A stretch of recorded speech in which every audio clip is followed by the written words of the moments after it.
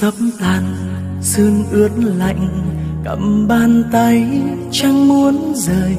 Ngày mai đây hai phương trời, bạn thân ơi biết đi về đâu.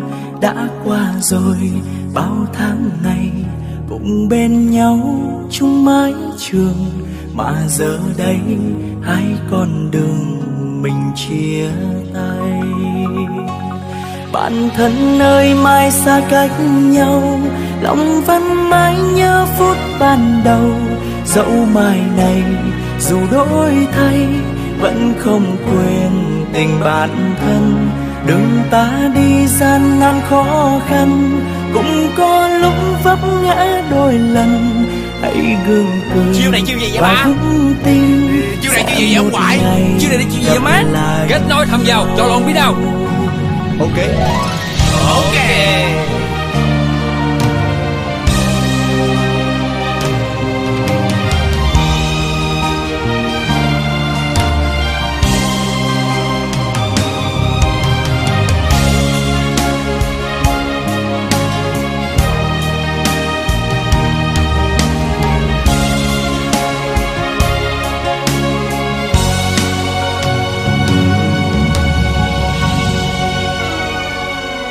Đêm sắp tàn, sương ướt lạnh, cầm bàn tay chẳng muốn rời.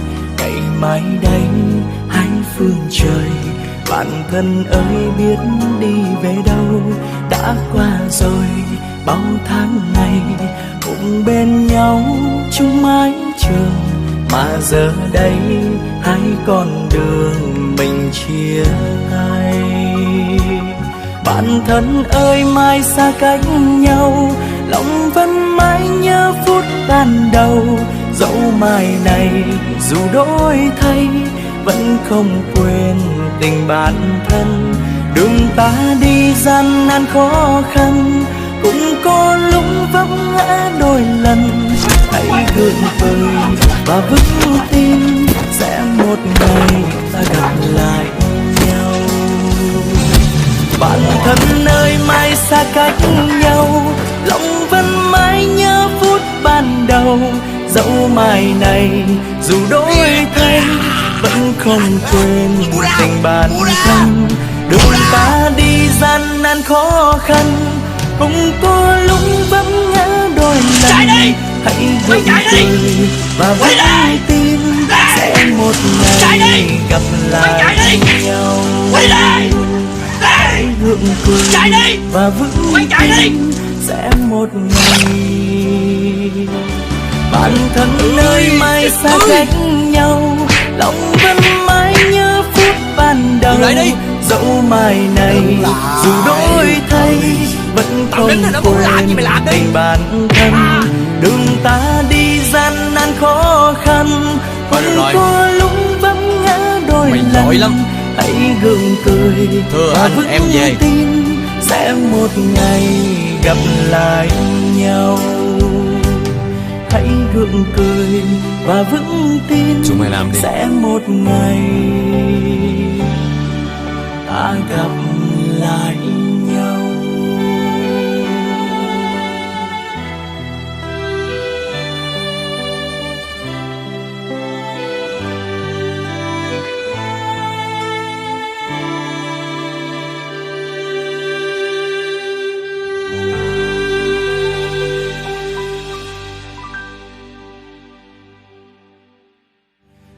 Gượng cười và vững tin, sẽ một ngày.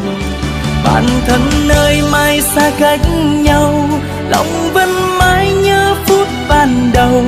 Dẫu mai này dù đổi thay, vẫn không quên tình bạn thân. Đường ta đi gian nan khó khăn, cũng có lúc vấp ngã đôi lần. Hãy gượng cười và vững tin, sẽ một ngày gặp lại nhau. Hãy gượng cười và vững tin, sẽ một ngày ta gặp lại nhau.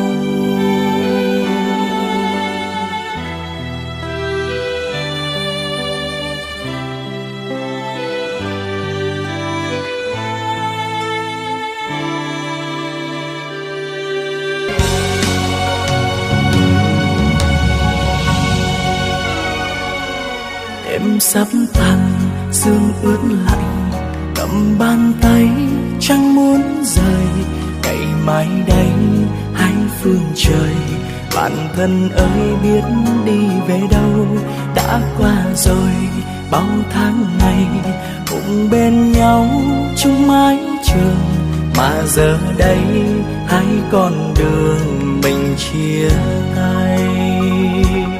Bạn thân ơi mai xa cách nhau, lòng vẫn mãi nhớ phút ban đầu. Dẫu mai này dù đổi thay, vẫn không quên tình bạn thân. Đường ta đi gian nan khó khăn, cũng có lúc vấp ngã đôi lần. Hãy gượng cười và vững tin, sẽ một ngày ta gặp lại nhau. Bạn thân ơi mai xa cách nhau, lòng vẫn mãi nhớ phút ban đầu. Dẫu mai này dù đổi thay, vẫn không quên tình bạn thân. Đường ta đi gian nan khó khăn, cũng có lúc vấp ngã đôi lần. Hãy gượng cười và vững tin, sẽ một ngày gặp lại nhau. Hãy gượng cười và vững tin, sẽ một ngày. Bạn thân ơi mai xa cách